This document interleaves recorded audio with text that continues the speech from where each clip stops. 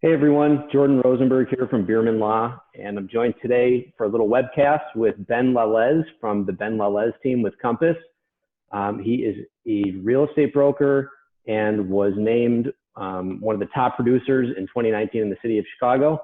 He's my main man. He's here today, so hopefully he can shed some light on some issues related to COVID and the real estate market. And as we all know, COVID is affecting everybody financially, health-wise, and we're going to learn today a little bit about how it's affecting the real estate market, if at all. And so, Ben, mind if I call you Benny? Whatever you want. Very good. So welcome and thanks for having us. Thank you for having me. Thanks for having you. You're right.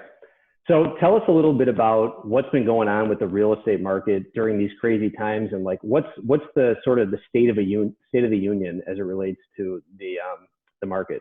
Sure. So just like every other industry, we're changing day over day, week over week. But I'll kind of give you a snapshot now. I don't know when you're going to put this out. So it's April 21st, I believe. So 22nd. We're losing track of the days. Who knows what day it is, man? Good for you. So there's a couple ways to look at this. So I think everyone who's probably watching this is more focused on locally here in Chicago, what's going on. So I think that's probably what I'll focus on. So here in Chicago, we're seeing a number of things. One, sellers are being very cautious about when they're going to the market. So inventory is really, really low right now, and most sellers are in a wait and see mode. Inventory is low, point blank. However, what we've seen with buyers is people have exited the market, but haven't stopped their search completely. So, we've kind of been at the forefront of it, honestly, of like keeping buyer activity alive through virtual methods. And it's interesting. I personally seen a shift in buyer activity where buyers are now today, the 22nd, not the 21st, feeling comfortable enough to go out and actually tour property. So we've seen this really interesting, it feels like an anomaly to me, where if you have like a really good product, a listing that is going to the market that's fresh, that buyers haven't seen, it feels like buyers are like very eager to snatch it up. So that's like a very local snapshot. I myself am optimistic about residential real estate. I don't touch commercial. Commercial is, they're poised for a really long downturn. Yeah. Well, there's a lot packed into that. So I guess as a starting point, what is, a lot of my clients either are refinancing or selling their house or looking to purchase a house. And, most times in divorce, couples obviously do not stay together in the same house. So there's this unintended consequence of a sale or purchase of real estate. So what is this consequence of COVID and everything you talked about? What is that doing to pricing? Mm-hmm. So I'm trying to keep my finger on the pulse of obviously what's happening here in Chicago, but, the other top 10 metropolitan areas that, are kind of either ahead of us, like New York, behind us, and some other cities. And the short answer is almost nothing with pricing. You don't see list prices taking like those huge dips that, everyone wants to draw the parallel to 08, 09. We haven't seen list prices drop. It hasn't happened yet. However, I deal with a lot of buyers, and when they do write an offer, we're finding sellers are way more negotiable than, call it, 3 months ago. Because they're writing on the wall. Right? Sorry? Because they're scared based on what's going on. So they want to get rid of their product. So buyers have an opportunity to capitalize on uncertainty, and sellers feeling that same uncertainty are more flexible. But to answer like the question that was posed, is pricing hasn't changed in any dramatic sense. That's interesting. Do you see, assuming this goes on for another 2-3 months, what's the prognosis, at least from your perspective, in terms of pricing and how things are going to, are people, I'm kind of shocked that people are actually listing their places right now. So you're posing like a really big question, of course, like a big macroeconomic question, and it's a big microeconomic question. So from a macro sense, a lot of it's going to be driven by like this stimulus package and whether or not it works well enough, what happens to interest rates, and then what happens in the lending market. So I don't know if you've heard, but most lenders have tightened up their requirements for just a traditional loan. So those three things are happening on a big level, right? Right. On a smaller level, in like a micro sense, a lot of this is going to be driven by just basic consumer confidence. The second you, Jordan Rosenberg, feel comfortable like going to a steakhouse here in Chicago with 6 buddies and spending money, but also interacting, like that's going to be what's going to drive basic buyer demand. Got it. So it's not a question. If someone's giving you an answer saying this is what's going to happen, like they're lying to you. Fair enough. Yeah. So consult your real estate broker. That's what you're saying. Yeah, it needs to be like an open dialogue. So I have a listing, like I'm shooting photographs on Friday. So that's in 2 days.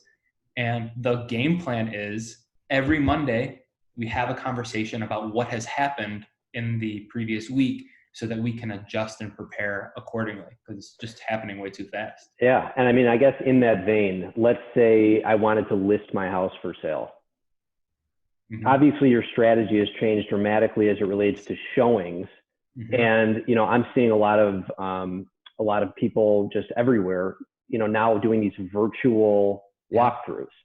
I mean, what has that been successful for you? Has that changed any sort of like see a place to make an offer, like type ratios? I mean, what's been the effect of that? It's a great question. So I've had this weird ethical dilemma where if I have a buyer who's working with me and they want to see 5 places, right? Normally, I'd literally go pick them up and take them to these 5 places. My ethical dilemma is I don't know if they're sick. They might not know if they're sick. So do I really want to go physically expose them to 5 different homes? No, I don't. So what I'm telling buyers, so this is from a buy side perspective, I'm not saying write an offer on any of these properties that we're touring virtually, but if instead of taking you to 5, we're able to eliminate 2 of those, you know, I'm doing my part, you know, and they're doing their part.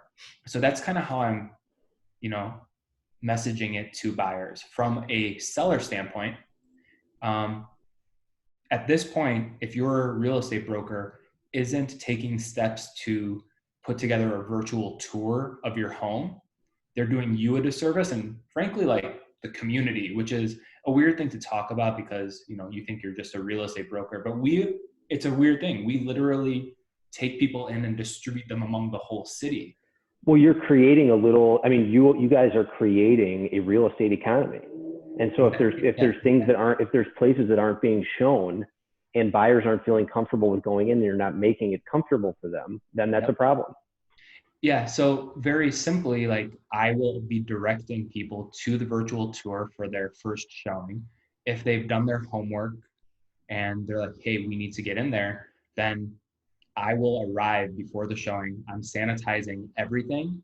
I'm opening up all doors, leaving them open, having the lights on. Buyers, you know, when they come through with their agent, they're not allowed to touch anything. And you know, we just try and be, you know, mask, gloves, try to be as safe as possible. Yeah. And it's working, to tell you the truth. Like I'm as busy as I was 3 months ago. That's crazy. I mean, is it one of those things like, is it the nexus that I'm drawing is because buyers maybe being more selective in what they're seeing, understanding they can't just hop in your car and go to 5 places. Is that translating to the same amount of offers? Like are things getting under contract just as quickly as they would have if there weren't in-person tours? You're going to think I'm crazy, but more quickly. So like what you're really talking about is like from the time someone tells me they want a place to when they're actually writing on something, instead of, you know, Jordan, you and I work together. You probably saw from the start to the finish of your experience, somewhere in the neighborhood of 60 places, right? Yeah, a lot. Mm-hmm. Yeah, that just is not something that can happen right now. So people are doing a lot more homework on the front end and then are kind of sharpshooting because, you know, this is the way I'm telling people, like there's a reason like healthcare, like it's a necessity, is doing well. Grocery stores are doing really well. Well, guess what? People need shelter. Like it couldn't get more basic. So people, when they make that decision, they're taking it kind of more seriously than they did before. I have an interesting question in that vein. Sure.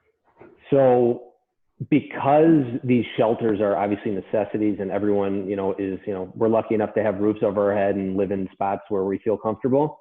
Sure. Is it one of those things where understanding the mortgage rates and understanding the fact that maybe this could happen again and you're sequestered to your house, are people looking for maybe more house than they ordinarily would have? It's a really interesting question for someone in my line. And I've had this conversation, and for me, on a very personal level, yes, I hope so. That means people are going to buy bigger and more expensive houses, if I'm speaking frankly. But, when I'm taking people out, it's a joke right now, sort of oh, I can see myself quarantined in this room, or oh, this is my home office. But you see a lot of people thinking about, having that second living space for kids, having a formal office for one or even both, if there's a couple, for one or both of those people. So there's a real question. I don't know exactly how it's going to play out, if this is going to inform real decisions, but it's something people in my line, it's funny that you picked up on it. Yeah, that's what we're talking about. But I actually have a question for you, because please, this is interesting for me because I haven't, thought about it. I'm sure you have. I cannot imagine what it's like going through a divorce and you're in the same physical space. And that leads to all sorts of issues. And what I've been basically telling people is, imagine living with your soon-to-be ex-spouse for an indefinite period of time with kids home and chaos. I mean, it's not a good situation. And what I've found is that there's not a lot of people wanting to start the process right now, because I think looking for a divorce lawyer is uncomfortable to begin with. And looking for a divorce lawyer where your ex-spouse is right next to you in your home computer is a different story. So I think a lot of people are kind of just trying to wait this thing out. What I do find is that a lot of people who are already divorced are having all types of issues as it relates to the COVID virus. And I've done some podcasts on this, which I can send to you, and you'll find them informative. But there's a lot of parenting issues. Me and Megan, sorry. Oh, and again, I never tell my clients that I'm trying to solicit people to get divorced. So, I'm a believer in the institution of marriage, so forth and so on. But there's a lot of parenting issues with people going back and forth. And, similarly, it's, there's issues where, ex-mom, for example, and ex-dad have two kids, and dad has a new girlfriend who lives, 10 miles away and also has children. So issues have come up in terms of, is everybody social distancing, who can speculate to be around who, and so forth and so on. But those are issues, and then as well as financial issues, which are real. And I just had a webcast earlier about the CARES Act and how people are accessing money and options available to them. And, it could be one of those things where you could be eligible to pull from retirement and buy a new house right now without the 10% penalty. And, I guess we'll kind of see how that plays out. Yeah, it gets very complex with all these new things that are going into effect, for sure. Definitely. So I got another question about sort of the market, Benny, if I can shift it back to you. No problem. And this kind of in terms of what we've been talking about, kind of wraps it up. And I think that it's one of those things where a lot of people, at least from my clients, are debating whether or not it's the right time to buy, whether it's the right time to sell, and should they rent now instead of buy now. And I'm just curious, sort of your perspective on the forecast in terms of, does it make more sense from your mind, and what have you seen in terms of renting and buying? Sure. So it's funny. People are often ask me like very pointed questions, like it's a very specific question, but the underlying question is actually, hey, like Ben, can you time the bottom of whatever this recession Right. thing is going to Right. be? Right. And no, I can't. But this is what I do know, and Oh, that's why. you don't have the crystal ball behind you? No, it's just a Oh, it fish. must be next. It must be in the next room. Yeah. But what I'm telling people is ultimately, even if real estate begins to become devalued, it's likely still going to be less expensive than renting. You still get the tax benefits of purchasing. And on a 10, 15, 20-year horizon, it's going to come back. So whether, let's say we're on a dip and you buy or sell here instead of here before it starts going up, as long as it does in fact go up, then you're okay. So Right. just like any other market, this real estate market is a true market, Mm-hmm. and timing the bottom is difficult. There's so many things that go into it, and people get fixated on like prices, but it's a much more complex equation. Have you seen any trends though? Like, are more people renting or are more people looking to buy just to sort of avoid any risk in buying? So, I run one of the 10 largest buyer teams, and our activity dipped and is almost back to normal. So, a lot of this is going to be dependent on like just basic jobs. If people get out there and are employed and feel comfortable, Yeah. I can't point to anything specifically yet that's going to affect the, residential real estate market in such a way where we're going to see these dips. So to answer your question, like buyers are still buying, and buyers are aggressive right now, Mm-hmm. especially given low inventory. And it's crazy hearing this stuff like come out of my mouth with you today. Like I'm surprisingly optimistic again today with residential real estate.